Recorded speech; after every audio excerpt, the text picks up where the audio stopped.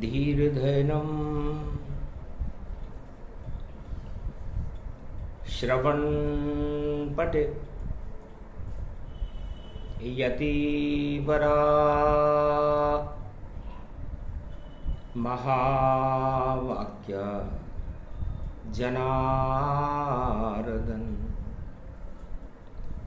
सच्चिदानंद त्वं शरणं व्रजेश। यादवेन्द्रं दयादाता पुंडरीक्षा क्षीरसागर शयनम् कमलनयनं नमस्तुते नमामि श्रीहरि। धैर्य से जिसको धारण किया जाता है, कर्ण पटवों से जिनका पान किया जाता है, ऐसे सच्चिदानंद भगवान श्री यादवेंद्र सरकार को मैं नित्य ही चिंतन करता हूँ, नमन करता हूँ। जिनको नमन करने से मंगलादि मंगल तो हो ही जाते हैं, साथ ही में बहुत बड़ा बल मिलता है मनुष्यों को। अखंड ब्रह्मम तेजम च प्रतिभूतानि ब्रह्म सत्य यतात न गृह्यन्त्यंत मृत्युंजनम तम महामृत्युंजय तम नमः शिवाय। ओम नमः शिवाय। हर हर महादेवाय। पशुपति नीलकंठे लंबोदरे कदंतम सर्वत्र विघ्ननाशा त्रिलोचना चंद्र लीलाटु पटुदे त्रिपुंड तिलकम चतुर्भुजं मुक्तामणि परम प्रसन्न शिव। हर हर महादेवाय नमस्तुते रामेश्वरम परम बिल्व पत्र रसाय ओम नमः शिवाय नमो नमः। द्वादश ज्योतिर्लिंग में और शिव का सदा प्रकाश, अधर्म का वो नाश करे और इष्ट राम के साथ। मार्कंड्य ने भगवान शंकर से पूछा, महाराज द्वादशी हो और त्रयोदशी हो, प्रदोष हो, सोमवार का दिन हो, तो आपका तेजस्वी प्रकाश सारे संसार में होता है। और मेरी जन्म कुंडली में 11 वर्ष 11 माह और 11 दिन मेरी उम्र लिखी हुई थी, और मैं मृत्यु की तरफ बढ़ रहा था। भाग्य से और खर्च की ओर बढ़ रहा था। मेरा जीवन खर्च होने के लिए भगवान शंकर के शरण में मैं खड़ा हुआ था। 12वां घर है खर्च का, और 9वां गुरु गति जान। हर व्यक्ति की जन्म कुंडली में जो भाग्य की शक्ति होती है वह 9वें घर में होती है, जहां पर धनु राशि होती है, 9 नंबर लिखा होता है। और 9 संपूर्ण 9 ग्रह उसके अंदर, उनकी शक्तियों का नियंत्रण भगवान शंकर के हाथ में होता है। और उस शक्ति को खर्च करने के लिए 12वें घर में, जहां शिव का प्रदोष रहता है, वहां और सबसे बड़ी शक्ति जानो, और जिसको चाहे खर्च कर दे और जिसका चाहे मंगल मानो, तो भाग्य जगा देता है। देखो 12 ज्योतिर्लिंग, अपनी अपनी कुंडली खोलो, ये 12वां अंक अभिन्न। तो ये 12 इसमें शुक्र उच्च के होते हैं। शुक्र भोग के कारण है और दानव गुरु इन मान, और शिव के इष्ट देव हैं शंकर के मृत संजीवनी जान। तो शुक्राचार्य 12वें घर में उच्च के हो गए। तो महादेव ने पूछा, इस मेरे भवन में आपने उच्चता क्यों प्राप्त की? तब कहा, चरण है विष्णु के और अब शक्ति शिव की वहां रहती। जब भोग समाप्त हो जाते हैं तब ईश्वर की शक्ति मिलती। तो मैंने सारी दानवता और भोग कर दिए खर्च, और 12वें घर में उच्च का हो गया मुझको हर्ष। मैं अपनी सारी दानवता, सारे भोग भगवान विष्णु के चरणों में और भगवान शंकर को 12वें ज्योतिर्लिंग पर चढ़ा करके और यहां पर उच्चता महसूस करता हूं। और गुरु भाग्य स्थान जो नवा घर है वहां पर भाग्य बनाने का काम करते हैं, और मैं भोग से मनुष्य को संपन्न तो कर देता हूं लेकिन वो भोग उसे नष्ट कर देते हैं। यही 12 वफात है आज। ये ज्ञान मोहम्मद, ईसा, राम कृष्ण, गुरु नानक देव, बड़े बड़े पैगंबर हुए, सबको होता है। तो 12 वफात क्या होता है? हम सब परवरदिगार के चरणों में उनका दीदार करने के लिए उस 12 को देखने लगे।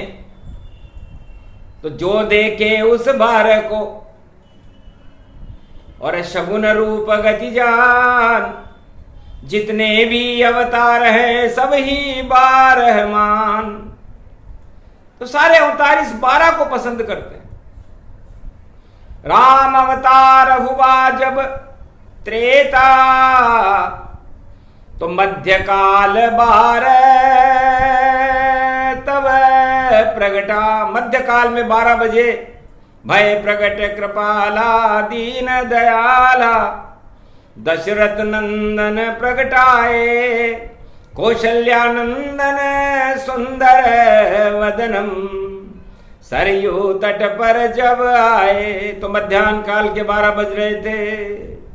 तो राम को पसंद 12 और 12 कल अवतार है, और सूर्य की 12 कला उसमें ही राम साकार है।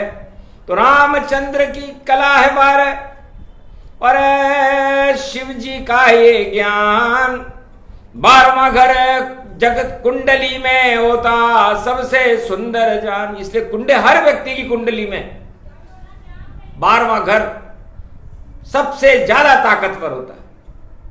जो चाहे प्राप्त करो उससे, और जैसे वहां लिखा है चलो तो फिर सब कुछ मिल जाएगा तुम्हें। और राम नाम का सगुन करो। और द्वापर युग में श्री कृष्ण भी जन्मे 12 रात, और सारी शक्तियां लेकर आए और जेल ताले टूट जात। जेल के ताले ही टूट गए। वो भी 12 को पसंद करते। 12 बजे बांके बिहारी, कंस जेलहू आ गए, सब टूटे ताले पहरेदारों सो गए। और माया चढ़ी, तो माया चढ़ा दी भगवान। और 12 तो सब कुछ 12 वफात है, ये भी 12 है, और 12 सब शुभ जान। और इसी 12 को बता रही है वाणी 12 ज्ञान। तो ये 12 का ज्ञान जो समझ जाए, 12 ईश्वर का प्रकाश है। अज्ञानता के अंधकार को हटा देता है। और मार्कंडेय कहते हैं कि जब मैं मृत्यु की तरफ बढ़ रहा था तब भगवान शंकर मुझे 12 ज्योतिर्लिंग का प्रकाश दिखा रहे थे। देखते देखते 12 को और हो गए 12 साल और काल आ गया महाकाल में, तो टल गए सारे काल। महाकाल वापस गया, नहीं चली कोई चाल और 12 वर्ष का बालक अमर हो गया। कर गए थे महाकाल, महाकाल ने मुझे अमर कर दिया। इसलिए मार्कंडेय कहते हैं कि जो 12 अंक को जान ले तो सब कुछ शक्ति होती है। और कलयुग में भक्ति होती है, कलयुग में भी शक्ति होती है। तो 12 अंक कलयुग पड़े और 2024 इसमें 12 का भाग दो तो भाग संख्या 2 आ रहा है, 12 दूआ 24। इस ज्ञान रहस्य को वाणी और 12 वफात बतलाती है। क्या मतलब है इस 12 का, यह अक्षर अक्षर समझाती है कि 12 में जब शनि जाएंगे 2025 और अप्रैल के बाद में और 12 छवि प्रवेश। तो ये 12 कर्म, शनि न्याय के देवता हैं और 12वीं राशि मीन में प्रवेश कर रहे हैं। तो मीन राशि गुरु की, जहां गुरु उच्चत हो गया, शुक्राचार्य दानव गुरु देखो वहां उच्च का हो गया। और 9वें घर में है बृहस्पति और जगत गुरु गति जान। भारत का ये भाग्य है और जगत गुरु इसे मान। तो ये भारत देवगुरु बृहस्पति का भाग्य है, देवताओं का भाग्य है, भगवान विष्णु और ब्रह्मा और शिव का भाग्य है। और इस भाग्य को बनाने के लिए हमें 12 तक, इसको बनाने के लिए हमें कर्म क्षेत्र और आय क्षेत्र से गुजरते हुए हमें 12वें घर तक जाना पड़ता है। तो जहां खर्च सब हो गया और धर्म कर्म सब खर्च, अरे शुभता जितनी करोगे उतना होगा हर्ष। तो 12वां घर शुभता का होता है। तो शनि कर्म के देवता जाए राशि मीन और ऐसी बांसुरी बजेगी और न्याय चले प्रवीण। तो न्याय को घोड़ो चलेगो, देखो कल्कि को घोड़ो चलेगो और सब अभागों को और दानवता को कर्म को फोड़ो हटेगो। तो दानवता के कर्म का फोड़ा और जल्दी देंगे हटाए। बड़े बड़े नरमुंड हैं जो दानवता फैला। तो दानवता का शासन देखो कलयुग हर घर होए। जितने जगत के बादशाह कर्म का फोड़ा होए, तो कर्म का फोड़ा उसके पीछे कल्कि भगवान का घोड़ा और चाबुक लेकर न्यायाधीश बन शनि भी उन पर दौड़ा। और पाप पुण्य में होगा भाई अब संघर्ष होएगा भारी और दानवता के ऊपर शनि का देखो पड़ेगा कोड़ा। तो ये 12 मीन राशि का शनि समस्त विश्व की दानवता का समापन समारोह करने के लिए भारत में अंतरिक्ष में और 12वीं राशि में प्रवेश कर रहे हैं। सोमवार है आज और पड़ गया देखो प्रदोष। मार्कंडेय तो अमर हो गए और आया उनमें जोश। कभी मरे नहीं मार्कंडेय, जब शिव की कृपा हुई जाए। तो 12वां घर खर्चे का है तो खर्च करे सब पाए। तो भगवान शंकर ने मार्कंडेय से पूछा, मार्कंडेय अमर हो गए हो, 12वें घर से अमर हुए हो, तुम्हारी उम्र 12 वर्ष हो गई, 11 वर्ष 11 माह 11 दिन थी, तुम्हारा काल खड़ा हुआ था, लेकिन हमने तुम्हें अमर कर दिया। अब क्या चाहते हो?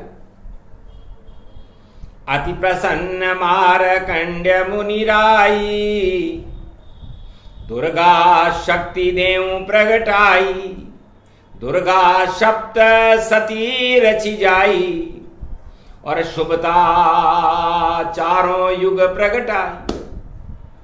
अमर हो गया ज्ञान, अब कभी मरेगा ना। जब जब ज्ञान की कमी हो तो मारकंड प्रगटाए। तो ये 12 जब चढ़ जाता है अधर्म का पारा, तब भारत में आता है बार बार बार बार आया है।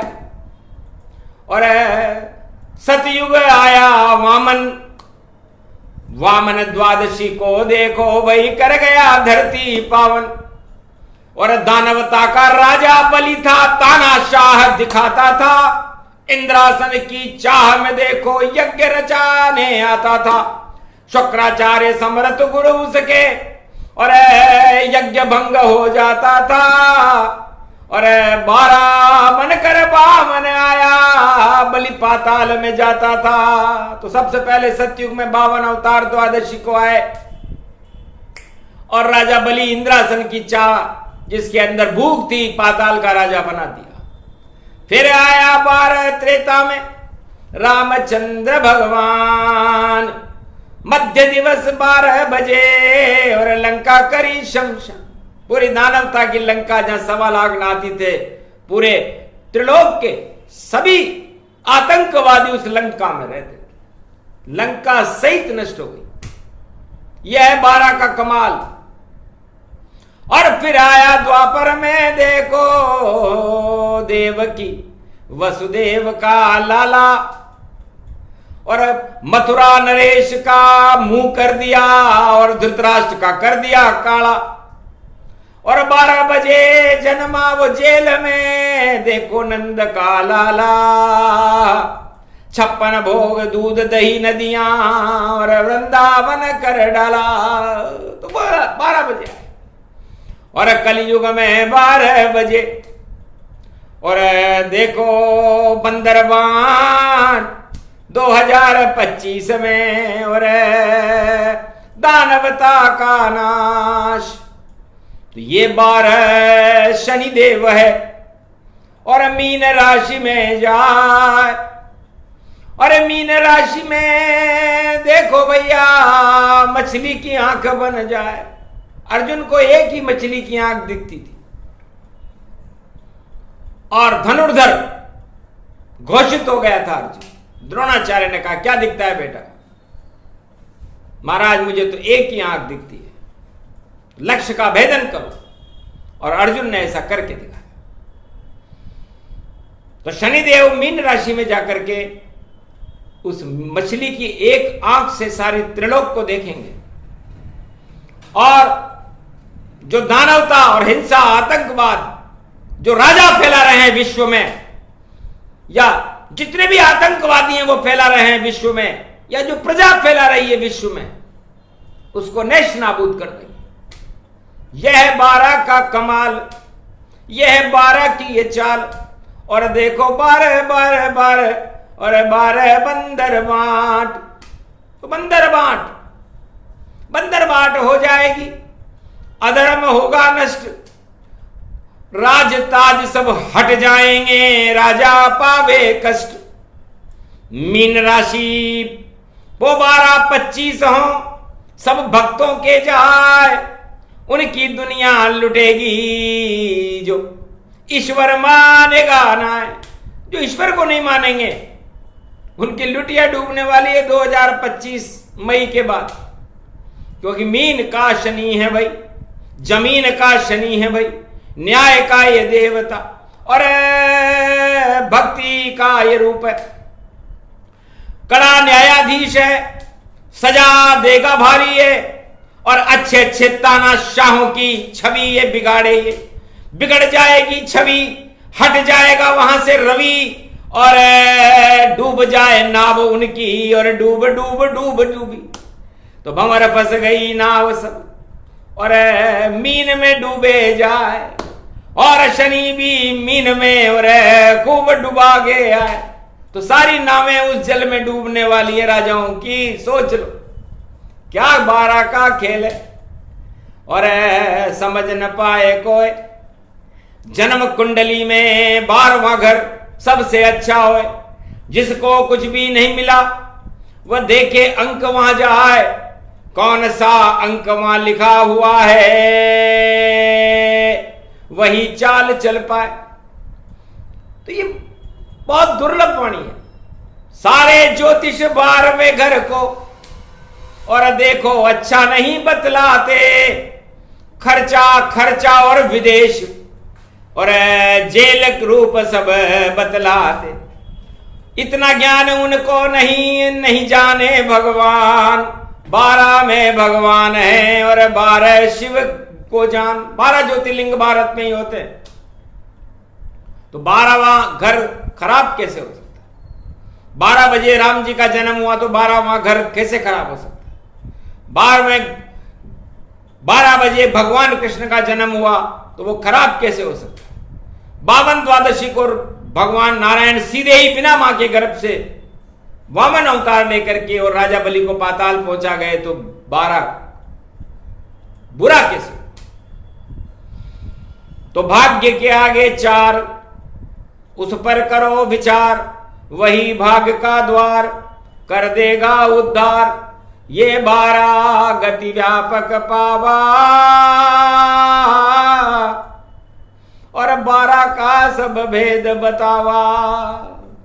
जब जब 12 शनि जब आवा, प्रलय हिंसा का तब हो पावा। तो सारे राजा अणुबम लेकर कर रहे आपस में प्रहार और तीसरे विश्व युद्ध की भूमिका बनाने को तैयार। कोई इधर झपटे, कोई उधर झपटे, कोई अपना रोब दिखाता है, पर उसको पता नहीं भैया और मध्याह्न काल ही आता है। तो ये कलयुग का मध्याह्न काल है। यहां 12 बज रही है। विक्रमी संवत 2081 है। 5000 साल का कलयुग है, उसका मध्याह्न काल 12 चल रहा है। तो 12 बज जाए उन राजन की जो करते हैं तानाशाह। 12 बज जाए उन राजन की जो अणु का विस्फोट दिखाए। अरे 12 बज जाए उन राजन मंड में रहे इतराए। सबकी 12 बजा दे शनि देव और देखो धूल चटा दे जाए।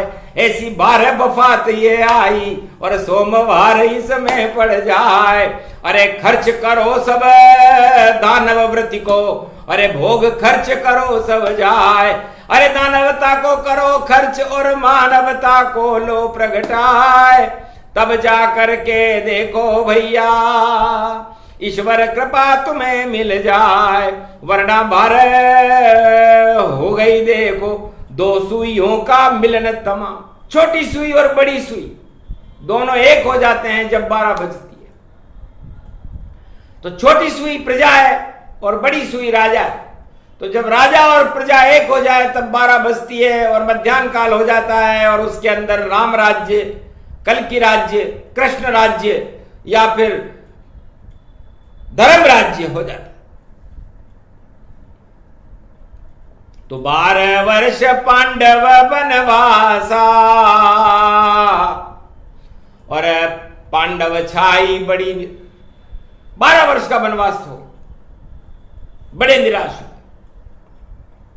कि कोई शक्ति काम न आई।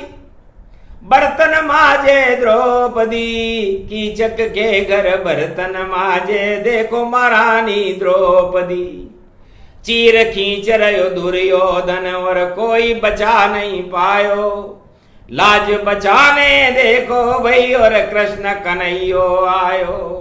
अज्ञातवास और 12 वर्ष में और रक्षक बन प्रगटायो। और महाभारत जब होने लग्यो तब गीता ज्ञान सुनायो। अरे कुरुक्षेत्र का कचरा देखो कृष्ण कन्हैयो हटायो, और धर्म क्षेत्र बन गयो यो भारत ऐसो अलग जगायो। तो ये 12 कला शक्ति बनी श्री राम व्यापक हो गए, उसमें बसो और ज्ञान और भक्ति का रूपक हो गए। तो ये 12 भारत मरने के बाद भी 12 दिन होते और जन्म के बाद भी 12 दिन होते, जलवा पूजता है। तो ये 12 बड़ा महत्वपूर्ण होगा।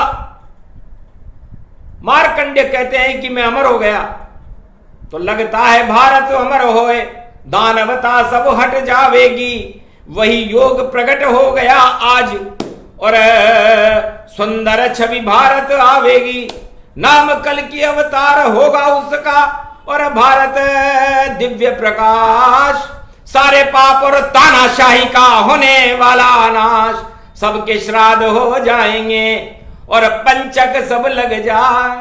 पंचक रावण के लगा तो विजयदशमी प्रगटाए, रावण पंचक में मरा हो गया लंका श्राद्ध। ऐसा ही पंचक आज है और आगे पड़ गए श्राद्ध, और देखो जाने क्या क्या होने वाला, और आगे बताएंगे हाल। ये तो कलयुग काल है और 12 माला माल। तो ये 12 को जो अपना लेगा वो माला माल रहेगा, और बाकी जो 12 से दूर रहेगा उसका काल रहेगा। तो केवल मार्कंडेय ने 12 को अपनाया था और अमर हो गए, बाकी सबने 12 को छोड़ दिया था। तो 12 ज्योतिर्लिंग को कभी न छोड़ो जाए, 12 कला है राम जी, 12 कृष्ण कहा है, 12 वामन अवतार हैं और 12 कल की अवतार, और 12 में कुंडली में देखो और खोले भाग्य का द्वार। तो पूरी ज्योतिष संसार में कोई ज्योतिषी क्या बताएगा? वाणी में मार्कंडेय ने बता दी कि 1 और 2 जब मिल गए, और 2 है माया ब्रह्म, ईश्वर शक्ति एक है, मिले तो होए अभिन्न। तो आत्मा जब परमात्मा से मिलती है तब 12 बजती है, और 12 दिन उसके होने के बाद वो आत्मा जीवन मुक्त हो जाती है। तो ये जीवन मुक्त प्रसंग था, इसे सुना रही वाणी, और आगे अक्षर अक्षर घटेगा, सुन लो भारत के प्राणी। असली ज्योतिष बता रही है कलयुग में ये वाणी, और जो 12 को समझ जाए तो धुनो राम गति जानी। राम की धुन और कृष्ण की धुन वो आत्माएं लगा लेती हैं जो 12 को समझ जाती। मार्कंडेय ने कहा मैंने शिव जी की धुन लगाई, ओम नमः शिवाय, हर हर महादेवाय, पशुपतिनाथाय नीलकंठाय गगगम गगम ओम सिद्धाधस्वाधियाग्रत्या दतामयो असगुणो गगमं चुंडमुंडमत्तावृत्यांत नाम रुद्र एकोदश रुद्रम ओम नमः हर हर महादेवाय, पशुपति नीलकंठाय नमस्तुते। गगगम कड़क कंबनी ज्वाला तमेश्वरी बागेश्वरी महेश्वरी यदा दृष्टि ततो मय प्रतक्षते द्रपाणि रूपाणि भ्रात्रान् वां हिं हिं कमले चामुंडा विच ततो गुणा तमो गुणे शत्रुतुण्डत्यान्तानायसो सगघं शिरसा सबवरधागमा निगमं ब्रह्म विद्वाति अग्रज्ञात्वा त्वामान सुम्रयत्त भागीरथी भयभारणिं तत्प्रियांते उमा भार्या उमं नमस्तुके नमः शिव तत्त्वारूपाणि तत्त्वतुण्डालं तुण्डलूपम् अखंड ब्रह्मण्डं सकंड खंड खंडमैखंड दुदंडनं चुंडरामं चंडमुंडमाला भवति वागंबरो थोत्रणो त्रिलोचनं चातुर चतुर्भुजारवंग्यं भुषंगवंगधारयं त्रिशूलं त्रित्यादनामं तड़ग तड़ग तिक तक काम घम गग गगम अगगमा गवो निगमम स्वर स्वर सौम्य अमृतांजन तजतेजम पुंज महाकाल लक्ष दत्तात्रेये प्रत्यम मार्कंडे स्वमरम तजमयो स्वास्वंतनामनमन ओम भूभुवा स्वाहा महामृत्युंजय जापो भवतीन यमराज भय दारिद्र भय रोगो भय नास्ति नमस्तुते नमः शिवाय। ये 12 का ज्ञान है, शिव जी का वरदान, रामकृष्ण वरदान है भारत में भगवान। पंच तत्व की देह का क्या जग में इतबार, ना जाने किस समय को जावे स्वर्ग सिधार। तो 10 इंद्री और मन आत्मा वह भी 12 होए, जो इस 12 जाल से मुक्त तो ईश्वर युक्त वह होए। तो ये भी 12 का जाल है आपका शरीर। इसमें 10 इंद्रियां हैं, एक मन है, एक आत्मा है। इस मन माया को कहते हैं और आत्मा ब्रह्म को कहते हैं, और ब्रह्म और माया इस 10 इंद्रिय के जाल में फंस करके एक पंच तत्व का पुतला बना करके और आपको मनुष्य नर नारी बना दिया जाता है। जो इस 12 से मुक्त हो जाता है वह जीवन मुक्त होकर के परमात्मा में मिल जाता है।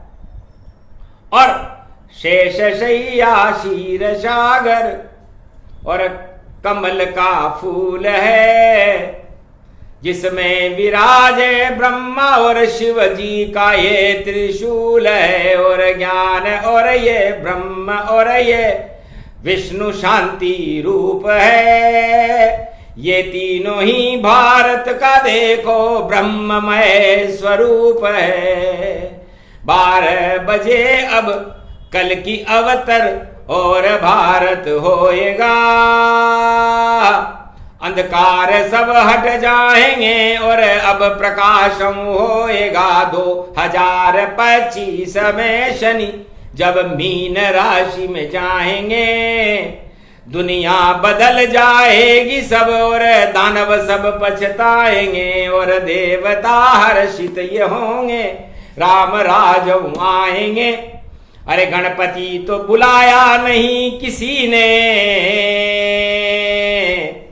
तो कली में गणपति आएंगे। तो कलयुग में किसी ने गणपति को बुलाया? खाली घर के बाहर बिठा करके पूजा कर रहे हैं।